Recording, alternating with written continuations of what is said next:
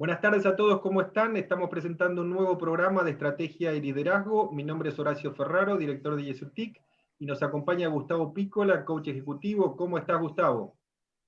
Hola Horacio, ¿cómo estás? Un gusto volver a estar contigo en un nuevo programa. Bueno, muchas gracias, Gustavo, por tu presentación. Hoy vamos a ver un tema que en realidad nos toca a todos, que tiene que ver con las perspectivas económicas en Sudamérica, para lo cual hemos convocado a Fausto Spotorno. Él es director del Centro de Estudios Económicos de Orlando Ferreres y Asociados, es licenciado en Economía por la Universidad Católica Argentina, máster en Finanzas por el SEMA, es profesor del SEMA y también director de INECO de UADE. ¿Cómo está, Fausto? Bienvenido. ¿Qué tal? ¿Cómo te va? Bueno, Fausto, muchas gracias por estar con nosotros porque, bueno, siempre tratamos de darle un poco a la audiencia lo que son las perspectivas de los distintos líderes y referentes del sector, en este caso justamente con referencia a lo que es la economía y la economía en Sudamérica. Ahora, antes de entrar en tema, siempre nosotros nos interesa saber un poco algo sobre el profesional, el referente, para lo cual Gustavo Pícola, que es coach ejecutivo, tiene una pregunta para hacerte. Dale. Sí, Fausto, la pregunta que hacemos habitualmente es saber qué cosas te marcaron desde lo profesional para ser el profesional que sos hoy. Mira, yo te decir, hay 2 o 3 cosas que creo que son fundamentales. A ver, yo me acuerdo cuando empezaba el secundario, creo que cada una de mis etapas terminando la facultad, siempre hubo lío. Cuando yo empezaba el secundario en Argentina tuvimos un proceso de hiperinflación. Y la verdad es que me impresionaba ese tema. Yo había vivido en Alemania de chico, y claro, pasar de Alemania a vivir un proceso de hiperinflación en Argentina, obviamente un montón de preguntas se te salen por la cabeza, ¿no? Y ahí es cuando empecé a pensar en economía como un tema que me gustaba. También me gustaba mucho la ingeniería, porque me gusta saber mucho cómo funcionan las cosas, y creo que en ese momento era o ingeniería o economía. Y después, obviamente, me decidí por economía, y ya cuando salí de la facultad, el otro impacto que tuve enseguida, lo viví, es que estaba saliendo de la facultad y Argentina tuvo una disparada del desempleo. En el 95, cuando el desempleo en Argentina llegó casi el 18-20%, que era un fenómeno completamente nuevo para Argentina, yo estaba terminando la facultad, no terminando, pero me faltaban poquitos años, y uno ya quiere empezar a tener alguna experiencia laboral, y te encontrabas con que no había lugar. Así que finalmente me recibí, en 97, 98, por ahí ya empecé a trabajar como profesional, tuve un año bueno, y después la crisis económica del 2001-2002. Y todas esas cosas creo que marcaron muchísimo, porque eran muchas preguntas que surgían. Obviamente, en todas esas crisis uno le genera una responsabilidad enorme de atacar los problemas, porque más como economista, porque ves el problema, lo ves venir, llega cuando sucede, como profesional te das cuenta de que nada está garantizado, de que no te podés quedar dormido en los laureles, tenés que crecer incluso en los momentos de crisis. Y eso creo que va para mí, para cualquiera, ¿no? La resiliencia es uno de los temas que más importancia me parece que tiene a nivel profesional de cualquiera, de poder reinventarse ante las crisis y poder desarrollarse igual como profesional, aun cuando la ves venir de anticipo, ¿no? A veces la ves venir. Una anécdota les cuento, en el 2001 yo la vi venir en Argentina, digo, esta crisis va a terminar mal, saco los fondos de afuera y me invertí en Estados Unidos. Y casi me agarra la de las Nasdaq en Estados Unidos en el 2001 también. Por suerte zafé, pero de casualidad no zafé. Estuve a punto de invertir en el Nasdaq porque venía volando, digo, no, por si acaso, ya que estoy protegiéndome de un lugar, no me voy a caer en otro, y zafé. Pero lo que sí creo que es importante es eso, es saber que aún en las crisis siempre te puedes desarrollar. Obviamente hay que trabajar el doble, hay que hacer el esfuerzo, nunca hay que dormirse en los laureles y empujar siempre para adelante, ¿no? Qué bueno, qué bueno. Qué buena historia. Y sobre todo esto de que a veces, como vos decís, ¿no? Las crisis a veces nos marcan y nos despiertan los intereses por lo que queremos. Así es. Pero después cuando vienen las crisis hay que pelearla, hijo. La realidad es que si uno se va a derrotar ante la primera crisis, está listo, ¿no? Está listo en lo que sea. Entonces, así es. En Argentina estamos acostumbrados a batallar las crisis. Gracias por el comentario. Y también, Fausto, lo que veo que vos, o digamos, una personalidad conectada con la realidad, ¿no? Conectado con la realidad para interpretarla y también, en cierta medida, aportar tu grano de arena en soluciones en la medida que se pueda, ¿no? Sí, sí, va a haber, yo creo que siempre hay soluciones. Todos los problemas tienen soluciones. El tema es enfocarse en los problemas y encontrarle la vuelta. Y creo que si hay buena intención, vamos a tener soluciones, ¿no? Si no, va a ser medio difícil. Bueno, Fausto, ahora yendo al tema que nos toca hoy, que es básicamente un poco las perspectivas en Sudamérica, perspectivas económicas, quisiéramos un poco para poner en contexto cómo venía la actividad económica en general y cuál es la situación actual, o sea, para hacer, digamos, una breve introducción, ¿no es cierto? Y también vemos que en este periodo hubo un aumento de poder, una transferencia en cierta medida a los gobiernos por el tema de la emergencia sanitaria, ¿no? Con distintas medidas que en cierta medida restringieron ciertas libertades, ¿no es cierto? También está el tema del gasto público, los reclamos de sectores, la necesidad de eficiencia del gasto y el fuerte impacto en la actividad privada, ¿no? Pero me gustaría que contaras a ver cómo veníamos y cómo estamos hoy, digamos, a nivel general, ¿no? A nivel de la región, primer punto voy a decir, a nivel regional hay dos temas que hay que tener en cuenta que son importantes. Desde el punto de vista positivo, la región se puede encontrar en el futuro con un panorama relativamente atractivo, producto de mayor inflación a nivel global, porque esta es una crisis de oferta. Las crisis de oferta suelen generar mayor inflación, no menos. No es una crisis como la subprime de Estados Unidos o la del 2001 en Argentina o el tequila, donde hay un evento crediticio y eso castiga la demanda. Acá se castigó la oferta, no se pudo producir por un tiempo y todavía sigue habiendo restricciones a la producción, al turismo, a los servicios. Entonces, ¿qué pasa? Faltan bienes, y si faltan bienes, los precios suben. Y cuando suben los precios, a nivel global, una inversión típica en procesos inflacionarios son los commodities. O sea que vamos a ver aumento de los precios de los commodities. Ya lo estamos viendo, no es ningún misterio, pero eso puede ser un punto favorable para la región. Y el segundo punto favorable para la región es que justamente las tasas de interés internacionales van a ser bajas por un tiempo largo. Eso es positivo. Para empezar por lo positivo. ¿Qué es lo negativo? Bueno, lo negativo es que la región empezó a poner cuarentenas y restricciones casi al mismo tiempo que el resto del mundo y todavía sigue en ese proceso y el resto del mundo está saliendo. Entonces nos encontramos con una región que tuvo un proceso de restricciones mucho más grande que el resto del mundo. Y ahí no sabemos, se lo puede asignar o a claramente un tema político, de gobiernos que aprovecharon la movida para acumular poder y se despreocuparon medio de las sociedades, del daño que hacían las sociedades, o justamente por un problema de desconocimiento o de otros factores, ¿no? o de mala gestión de la crisis. Puede ser cualquiera de las dos. Yo creo que hubo las dos cosas. Hubo, algunos casos, malas gestiones o problemas en las gestiones, y en otros casos simplemente aprovechamiento de los estados para acumular poder. Me parece que ese punto de las libertades individuales que mencionabas vos hay que tenerlo muy en cuenta. Lo dijo hace poco un funcionario público norteamericano. Dice que en algunos países latinoamericanos han sido muy obvios en el intento por absorber poder o volverse más totalitarios, dijo algo así, ¿no? Entonces, creo que las dos cosas son válidas.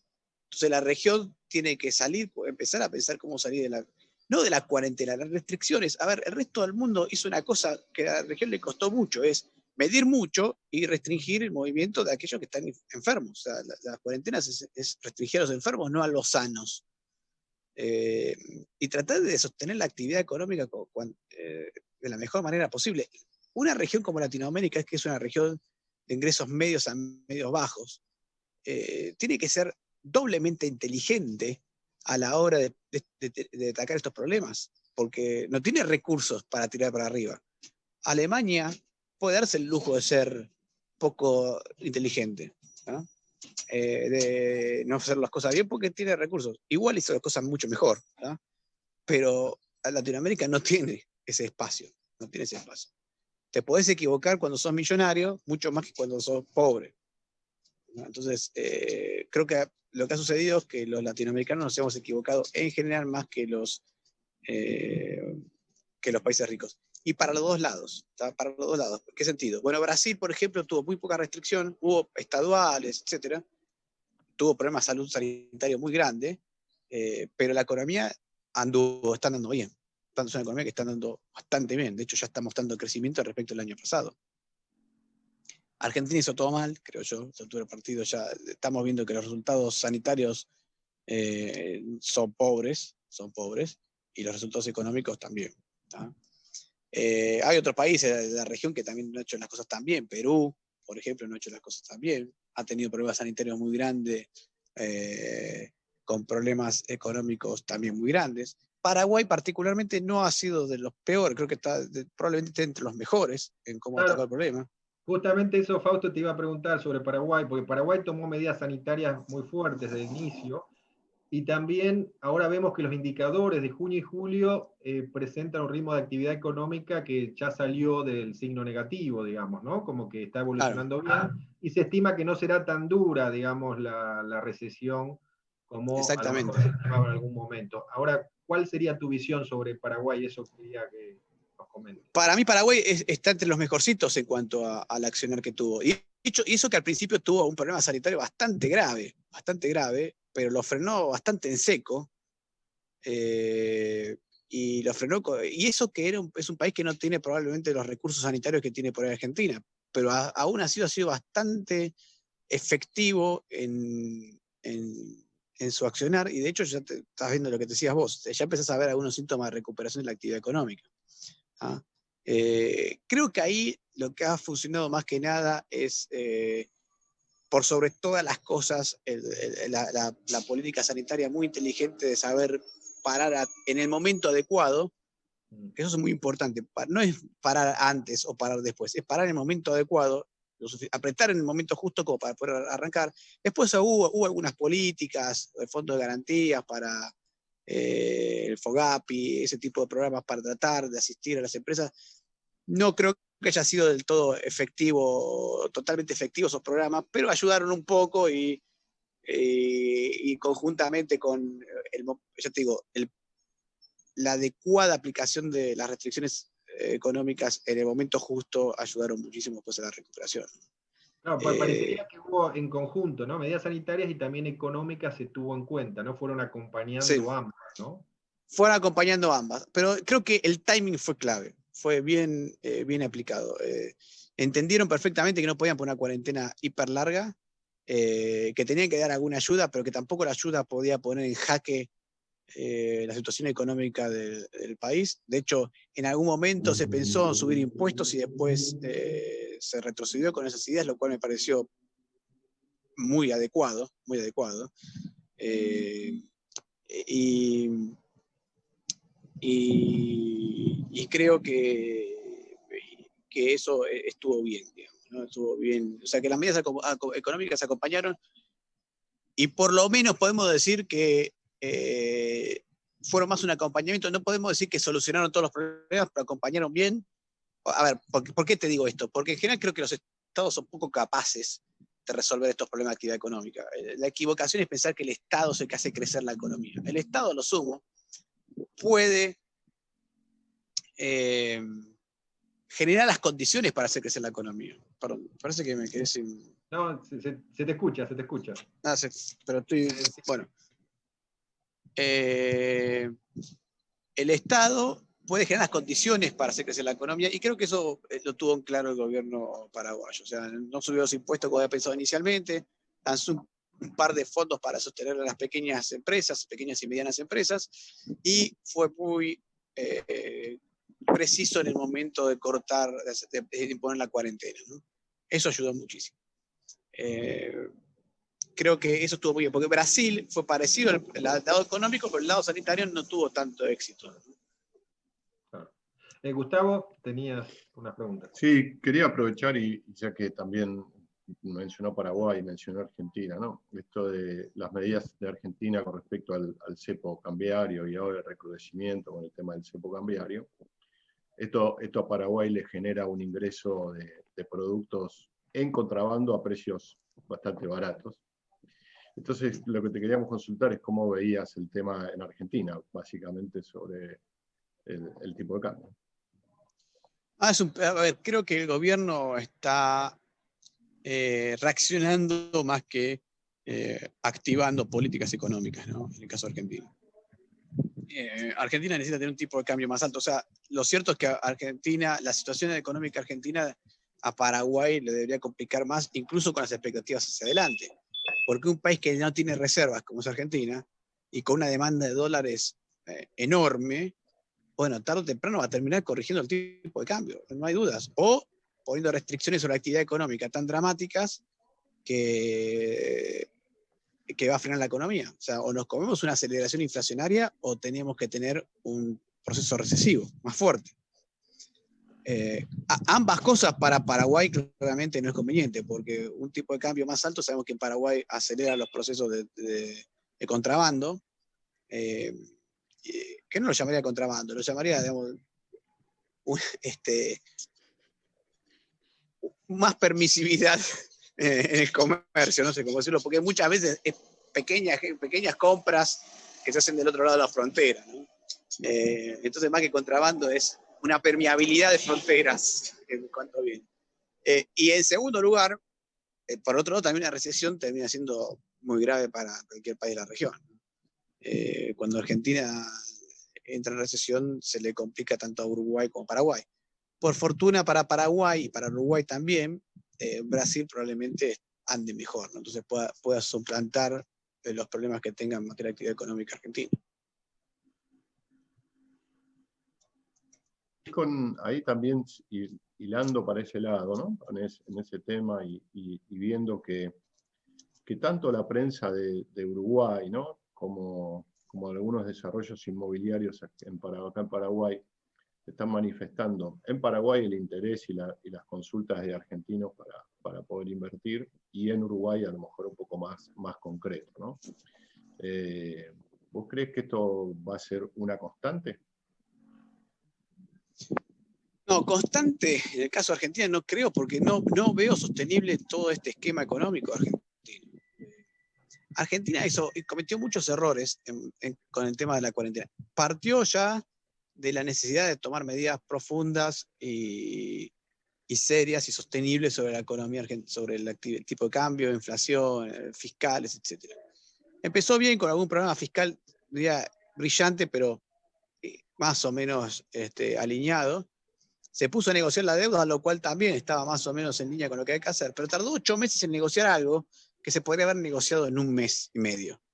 De hecho, ahora le están pidiendo a los privados que hagan lo mismo, pero en 15 días. Entonces, se podía haber sentado a negociar las deudas. Yo creo que la idea original no estaba mal, sentarse a negociar la deuda, ajustar las cuentas públicas y empezar en un programa monetario más sostenible. Hay un acuerdo con el FMI. Esas son las 3 cosas que tenía que hacer el gobierno como para lograr estabilizar un poquito la situación. Se demoró mucho en esas 3 cosas, llegó la pandemia y en la pandemia pusieron todo en pausa, o sea, demoraron todas esas cosas y se dedicaron a una cuarentena estricta cuando había muy pocos casos. La cuarentena más fuerte en Argentina fue en marzo y abril, cuando había muy poquitos casos diarios. Estamos hablando de 20, 30, 40, 50 casos diarios. Hoy estamos en 11.000, 12.000. Bueno, ridículo. Ahí se puso la cuarentena, acá estamos saliendo de la cuarentena. ¿Por qué? Porque no se aguanta más. No puede tener en cuarentena un país 5 meses. Entonces hay un montón de zonas del país que no estaban en cuarentena. Además, había puesto en cuarentena zonas que no tenían casos. Para que gente de Paraguay entienda, había zonas enteras de Argentina del tamaño de la economía en Paraguay, sin casos, sin cuarentena. ¿No? Después, obviamente, llegaron los casos, pero ahora se están complicando todas esas zonas. Pero, Fausto, con respecto a lo que preguntaba Gustavo, ¿vos ves algún flujo, digamos, de inversores así a Uruguay? Bueno, es lo que mencionan, sí, como que hay cierto interés. Y también a Paraguay, seguro. A Paraguay y a Uruguay seguro. Hay mucho interés en invertir en Paraguay, en Uruguay y Argentina, ¿no? Porque ven que las condiciones en Paraguay son bastante buenas para invertir. hay mano de obra capacitada que puede hacer, las regulaciones son muy buenas para el inversor en general. Obviamente falta infraestructura, por ahí ese tipo de cosas, pero bueno, dado los costos y las ventajas que ofrece Paraguay para el inversor, la verdad es que hay atractivo. Y la verdad es que se le está haciendo fácil al inversor argentino invertir en Paraguay y en Uruguay. A ver, es cierto que, vamos a ponerlo así, a la hora de vivir se prefiere vivir en Uruguay, a la hora de invertir se prefiere invertir en Paraguay. Esa sería la conexión hoy en día. ¿Está? Claro. Entonces, estamos viendo muchos argentinos que se mudan efectivamente a Uruguay, pero invierten en Paraguay. Y eso está pasando, ¿no? Está pasando.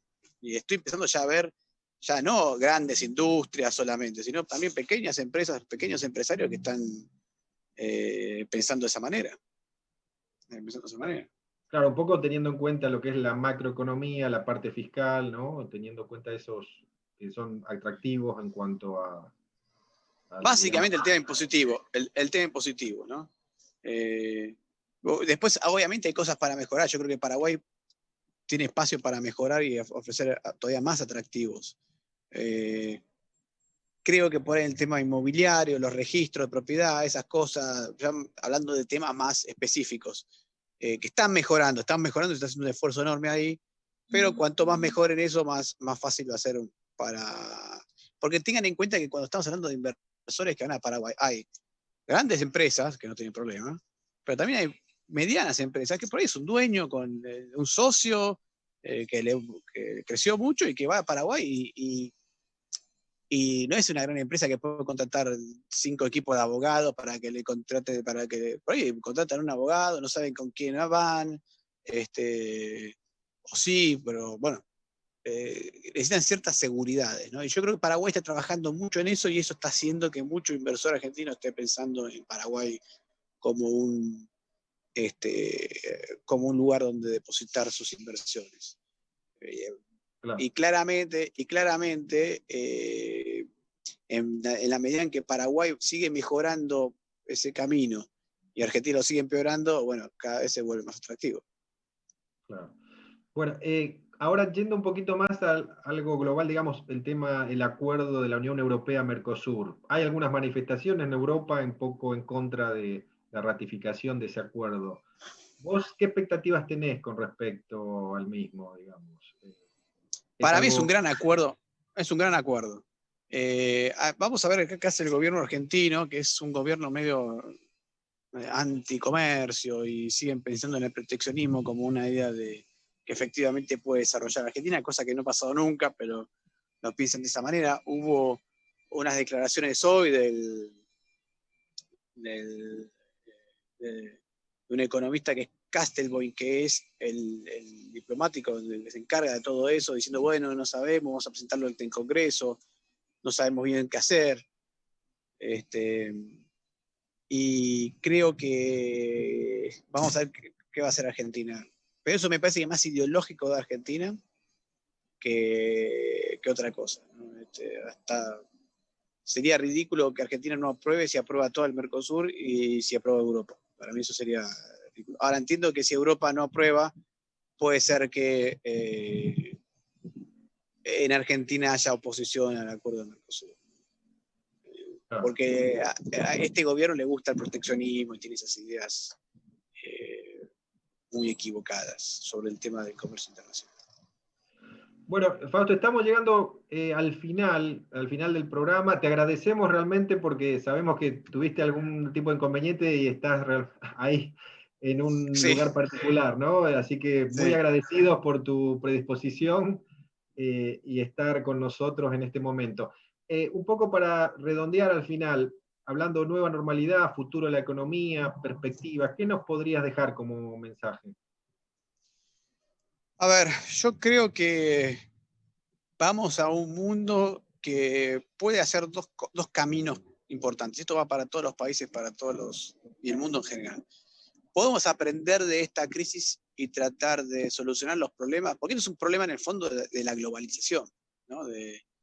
Del comercio internacional, la gente se mueve más en el mundo, eso ha generado que las transmisiones sean muy rápidas de las enfermedades, etc. Y podemos tomar esto como un aprendizaje y corregir los errores que generan el crecimiento económico global, la globalización y el desarrollo del mundo, o podemos asustarnos y encerrarnos y volver a viejas prácticas proteccionistas y miedosas, por así decirlo, ¿no? En el primer caso, el mundo pasará a una siguiente etapa de desarrollo y de avances, donde ya lo estamos viendo, o sea, empezamos a aprender que no es necesario viajar para juntarnos con una persona, no. se puede hacer por Zoom. A veces, para otras cosas es necesario viajar. Cuando hay que conocer a alguien, hay que conocerlo, y lamentablemente por Zoom no hay forma de hacerlo. Así que vamos a aprender, o aprendemos de esto, aprenderemos cómo manejar las crisis sanitarias en el mundo. La OMS tiene que ser desarrollada, tiene que tener un nuevo papel mucho más efectivo. O B, podemos asustarnos, encerrarnos, y eso va a terminar siempre mal porque siempre ha pasado. Después de la crisis del 30, algunos países decidieron encerrarse en sí mismos, en elaborar teorías, y terminamos en la Segunda Guerra Mundial. Entonces, preferible aprender de esto y desarrollarse, corregir los errores y avanzar, y no asustarse, encerrarse y pensar que todo lo de afuera es malo.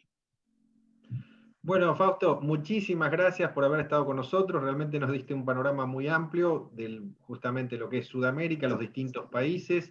Esperamos contar contigo en otra ocasión para actualizar un poco y estar en un momento tal vez más saludable desde el punto de vista económico y social. Así que bueno, muy agradecidos por estar contigo y como siempre esperamos que estés con nosotros nuevamente. Muchas gracias a ustedes. Bueno, gracias. Gracias Gustavo también, y a nuestra audiencia le decimos gracias. hasta el próximo programa. Muchas gracias.